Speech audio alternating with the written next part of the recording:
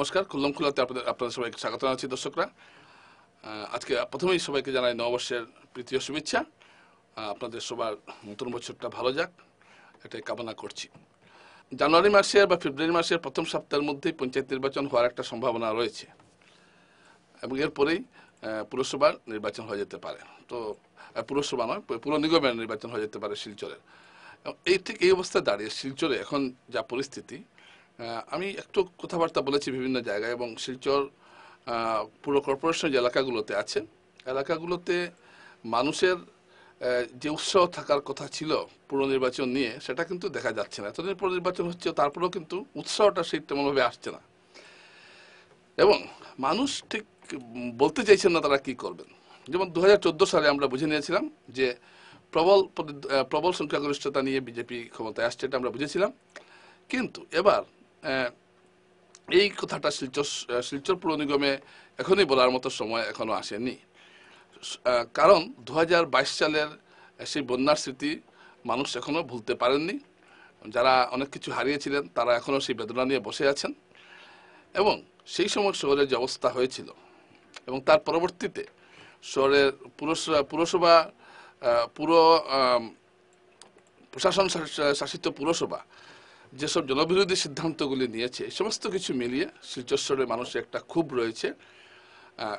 এবং এই ক্ষোভের জন্য শাসক দল বিজেপি এবার অনেকটাই অসুবিধার মধ্যে পড়বে এই নির্বাচনে, এটা কিন্তু পরিষ্কার। যদিও পাল্লা এখনো বিজেপির দিকেই ভারী, কারণ আমরা দেখছি যে টিকিট প্রত্যাশীর দৌড় বিজেপিরই সবচেয়ে বেশি। এখন এই যে বিজেপি বিরোধী যে একটা এক শ্রেণীর ভোটারদের মধ্যে বা জনগণের মধ্যে এই যে একটা, মানে অন্যদিকে নয়, ধরুন আমি এটা বলছি না যে বিজেপি বিরোধিতাটা নরেন্দ্র মোদী বিরোধিতা করছেন এমন নয়, বা রাজ্য সরকারের প্রতি বিরূপ মনোভাব এমন নয়, কিন্তু ঠিক পুরসভার ক্ষেত্রে এখানে শিলচরের মানুষ শাসক দলের প্রতি অনেকেই রাখছেন, কিন্তু একটা বিরাট অংশের মানুষ কিন্তু ভরসা রাখছেন না, যেটা তারা বিধানসভা নির্বাচনে রাখতেন বা লোকসভা নির্বাচনে রাখতেন, কিন্তু পুর নির্বাচনে এটা রাখছেন না। এটা কিন্তু কথাবার্তায় আমরা আভাস পাচ্ছি, এবং এই ক্ষোভটাকে কাজে লাগায়। তো এই যে একটা যে শাসক দলের প্রতি যে একটা ক্ষোভের জন্ম হয়েছে পুরসভার ক্ষেত্রে বলছি আমি, কিন্তু আপনারা কিন্তু আমার কথাটা বোঝার চেষ্টা করুন।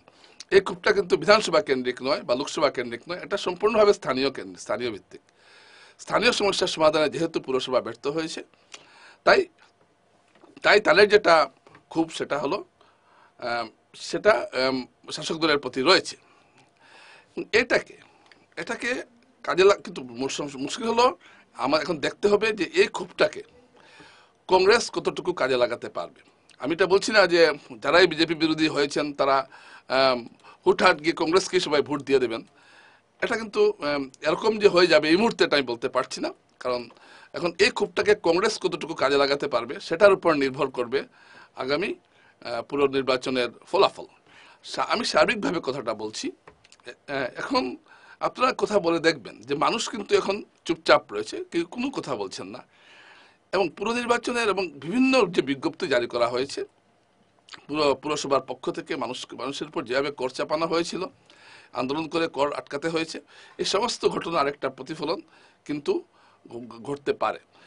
যদিও বিজেপি দলের পক্ষে যেটা বড় যেটা সাফল্য তারা দাবি করতে পারেন, যে বিজেপি একটা কথা বলতে পারে যে আমরাই শিলচর শহরকে পুর কর্পোরেশনে উন্নীত করেছি। এই একটা ইস্যুর উপর কিন্তু বিজেপি শাসক দল হিসাবে বিজেপি পুর নির্বাচনে ভালো ফলাফল করতে পারে, এটা কিন্তু ঘটনা। কিন্তু এই যে ক্ষোভ, মানুষের ক্ষোভকে কতটুকু প্রশমিত করতে পারবে পুরো কর্পোরেশন করার কৃতিত্ব, এটার উপর অনেক কিছু নির্ভর করছে। কংগ্রেস পরিষ্কার জানিয়ে দিয়েছে তারা কোনো দলের সঙ্গে আতাত করবে না স্থানীয় পুরসভার মধ্যে, অর্থাৎ তৃণমূল কংগ্রেসের সঙ্গে তারা কোনো আতাতে যাচ্ছে না, এটা কংগ্রেস জানিয়ে দিয়েছে। এবং বিজেপি ও কংগ্রেস প্রতিটি ওয়ার্ডে এবার লড়াই করছে, এবং সংখ্যালঘু অধ্যুষিত এলাকায়ও বিজেপি এবার বেশ শক্তিশালী প্রার্থী দিচ্ছে, এই খবর আমাদের কাছে আছে, দিচ্ছে। যদিও এখন পর্যন্ত প্রশাসনিকভাবে পুরসভা নিয়ে কিন্তু বিজেপি তেমন কোনো কাজকর্ম শুরু করেনি, যে কাজটা করছে পঞ্চায়েত নির্বাচন নিয়ে, এবং খুব দক্ষতার সঙ্গে কাজটা করা হচ্ছে। কিন্তু এখনো পুর নির্বাচন নিয়ে বিজেপি দলীয় ভিত্তিতে তেমন কোনো কাজকর্ম শুরু করেনি। এটা আমার হিসাবে এটা সম্ভবত ঠিক পঞ্চায়েত নির্বাচনের পরেই এই কাজটা শুরু হয়ে যাবে। ইতিমধ্যেই বিভিন্ন ওয়ার্ডে প্রার্থীরা আপনারা দেখবেন দেখবেন ব্যানার ট্যানার টাঙ্গানো হয়েছে। এইসব ব্যানার যারা লাগিয়েছেন বা যারা টাঙ্গিয়েছেন তারা বিজেপির প্রার্থিত্বের দাবি করবেন, এটা বলার অপেক্ষা রাখে না। যদিও এবার স্নাতক হতে হবে, এটা একটা বড় কথা।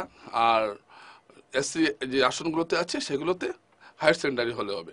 কিন্তু এই যে বিজেপি, এই যে জনগণের যে একটা ক্ষোভটা, আপনারা এমনিতে দেখলে বুঝবেন যে এমনিতে আপনারা দেখবেন কোনো ক্ষোভ টোপ নেই, সব সুন্দরই আছে, চললেন। কিন্তু একটু সময় কথা বললে আপনারা বুঝতে পারবেন যে মানুষের ভিতরে ক্ষোভটা কি। এই মানুষের ক্ষোভটা কিন্তু হিমন্ত বিশ্ব শর্মার উপর নয়, ক্ষোভটা কিন্তু নরেন্দ্র মোদীর উপর নয়, কিন্তু যে স্থানীয় পুরো প্রশাসনের উপর একটা বিরাট ক্ষোভ। এবং অনেকেই ভাবছেন যে আবার যদি সে কি অবস্থা হয়। কিন্তু জনগণের এই যে ক্ষোভটাকে, এই ক্ষোভের ফায়দা কতটুকু কংগ্রেস নিতে পারবে সেটা এখন দেখার বিষয়। এই একটা বিষয়, এই যে পুনর্নির্বাচনের প্রাথমিক যেটা সমীক্ষা যেটা আমরা করলাম, সমীক্ষা থেকে এই আভাসটা পাওয়া গেছে যে একটা চোরাস্রোত ওটা প্রকাশ্য শ্রুতি বলবো, একটা রয়েছে শাসকদের বিরুদ্ধে। কিন্তু শাসকদের সবচেয়ে বড় যে অ্যাডভান্টেজটা আমি বলবো সেটা হলো যে শিলচর পুরসভাকে পুরো কর্পোরেশনে উন্নীত করেছে এই বিজেপি দল। এবং এটা একটা বিজেপির জন্য অত্যন্ত ভালো একটা প্লাস পয়েন্ট। এটার উপর ভিত্তি করে তারা এটাকে ইস্যু করেও তারা নির্বাচনও লড়তে পারে।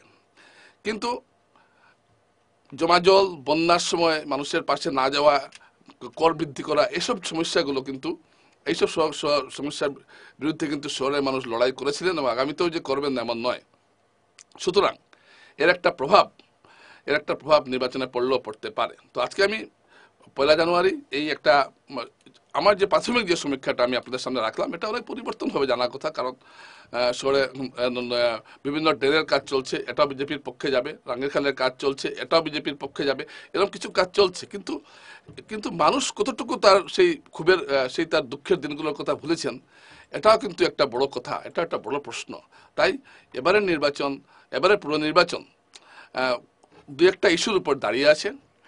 শুধুমাত্র উন্নয়ন নয়, দু একটা ইস্যুর উপর দাঁড়িয়ে আছে। এবং যার ফলে এবারের যে নির্বাচনটায় আমরা যা দেখছি, এই যে ক্ষোভ যেটা শাসকদের বিরুদ্ধে, এই ক্ষোভটাকে কংগ্রেস কতটুকু কাজে লাগাতে পারবে, এটা একটা বড় কথা।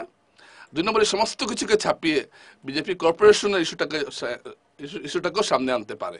তো সব মিলিয়ে একটা পুরসভা পুনর্নির্বাচনে একটা জমজমাট লড়াই অপেক্ষা করছে। এই মুহূর্তে এইটুকুই বলতে পারি, কারণ খুব একটা উত্তেজনা না হলেও কিন্তু ভেতরে সব জায়গায় চর্চা কিন্তু চলছে। তো প্রাথমিকভাবে আমি আজকে আপনার সামনে এই একটা চিত্র তুলে ধরলাম। নমস্কার।